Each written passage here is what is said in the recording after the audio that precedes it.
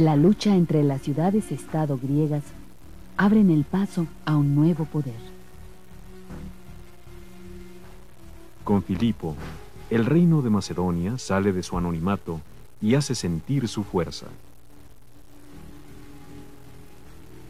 Su hijo, Alejandro, con sus conquistas, forja el más grande de los imperios hasta entonces conocidos.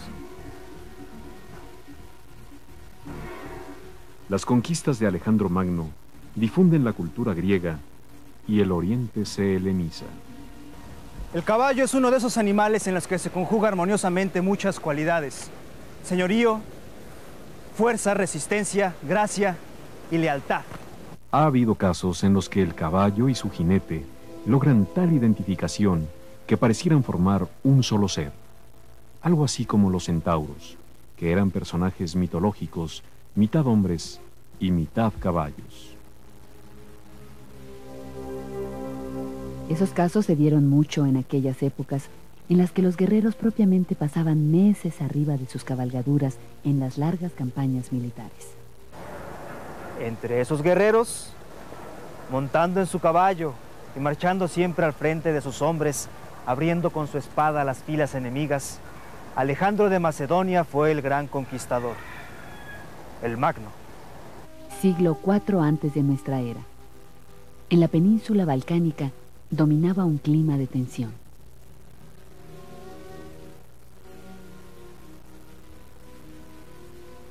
Las constantes guerras entre las ciudades-estado griegas las debilitó a tal grado que ya no volverían a recuperarse. El mundo helénico comenzaba su ocaso. Esparta, después de vencer a Atenas, comenzó a hostigar a Tebas, su antigua aliada.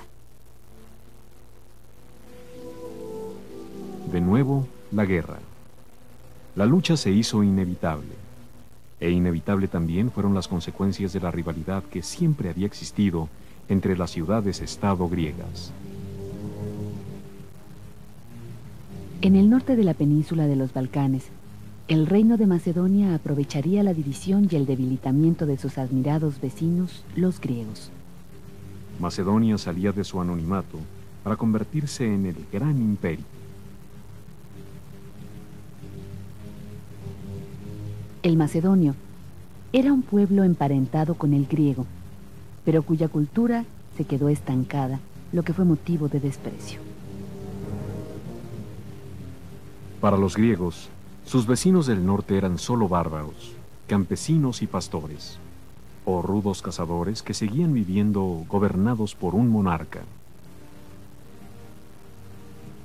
Pero con esa condición rústica de su pueblo, Filipo, rey de Macedonia, hacia mediados del siglo IV antes de nuestra era, forjó un poderoso y disciplinado ejército con el que planeaba expandir su reino. De acuerdo a sus planes, Filipo se encargó de fomentar las rivalidades entre los griegos.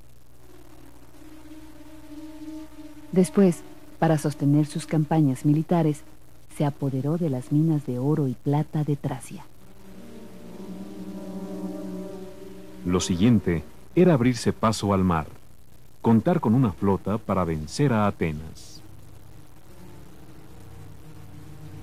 Los planes de Filipo se coronaron con el éxito al derrotar a los atenienses en una lucha en la que su hijo Alejandro, de solo 18 años de edad, reveló el genio militar y el arrojo temerario en la batalla que lo caracterizó.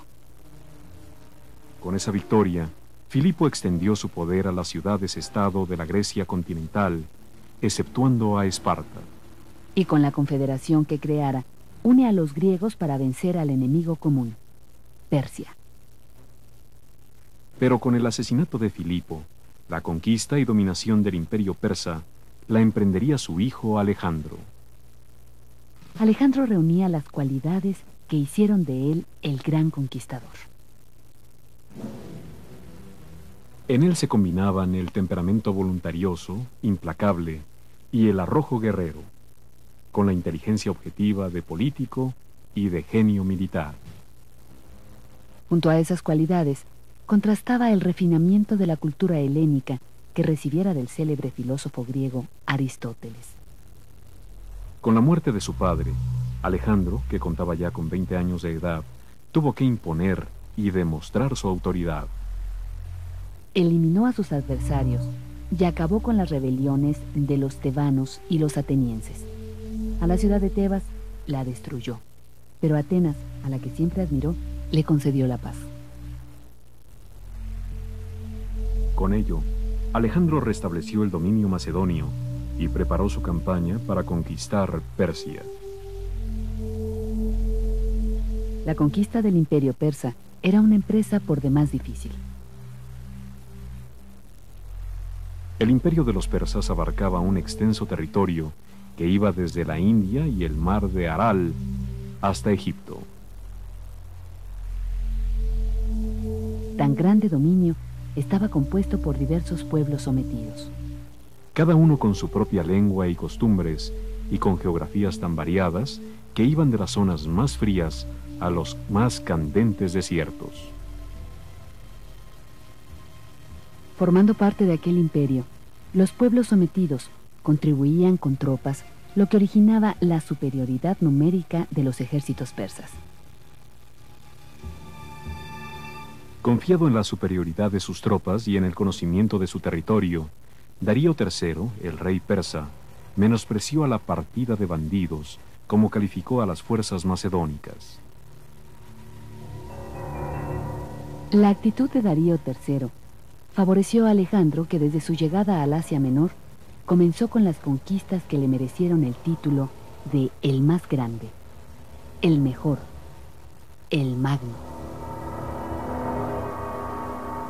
Alejandro Magno compensó la superioridad numérica del enemigo y el desconocimiento del territorio con mejores estrategias, los ataques rápidos y la movilidad de sus tropas, que se desplazaban con facilidad a donde fuese necesario.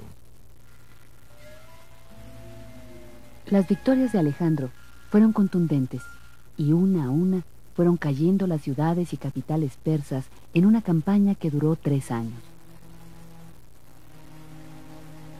Pero el afán de conquista y de poder impulsaron al Magno a continuar su campaña, y en el año 327 antes de nuestra era se interna en la India, en donde somete a uno de sus reinos. En la India también se propagó el fenómeno cultural helenista. De manera que la cultura de este milenario país se nutrió con la ciencia y el arte de Grecia. Pero también Occidente se enriquecería con la ciencia y las doctrinas religiosas de la India. La carrera de Alejandro Magno solo la detuvo la fiebre palúdica que le dio muerte a los 33 años de edad. Pero su imperio se extendió desde el río Indo hasta Egipto. La conquista de un imperio, el cambio de un nuevo monarca impetuoso y decidido, cuya cultura, lengua y tradiciones son diferentes a las de los pueblos sometidos, tuvo que traer consecuencias. A la par de sus victorias, Alejandro fue organizando su imperio en Oriente. Fue construyendo nuevas ciudades y en estas y en las antiguas estimuló el comercio y reactivó la circulación de la moneda a partir del tesoro persa que mandó fundir. El Magno, además de militar y político, era un hombre refinado, admirador de la cultura griega que propagó por su imperio. Alejandro apoyó con grandes sumas de dinero el estudio y la investigación científica, así como el desarrollo de las artes y, por supuesto, la construcción de bibliotecas. La conquista de territorios entonces remotos aportaron datos que fueron de gran utilidad a los sabios de Occidente, quienes tuvieron así noticias de especies animales y vegetales hasta entonces desconocidos, o de ríos y montañas que enriquecieron la geografía o la historia con el descubrimiento de otros pueblos. Alejandro Magno unió a Oriente y a Occidente. Para que algo sobreviva, tiene que evolucionar, sufrir cambios. Y eso sucedió con la cultura griega bajo el imperio de Alejandro Magno. En el arte escultórico hubo cambios significativos. En el arte griego o helénico se trataba de expresar el ideal de la belleza y de la perfección. Mientras que en el arte helenista, la tendencia fue expresar las pasiones, el dolor o el sufrimiento. Se deseó atrapar el momento, la realidad del hombre. Pero cualquiera que haya sido la tendencia, pensadores y artistas aceptaron la cultura de Grecia, se helenizaron y sus valores estéticos siguieron influyendo siglos después. En las estepas del Asia, pareciera que oímos todavía el espíritu del Magno cabalgando al frente de sus ejércitos, cuando el viento arremolina estas arenas.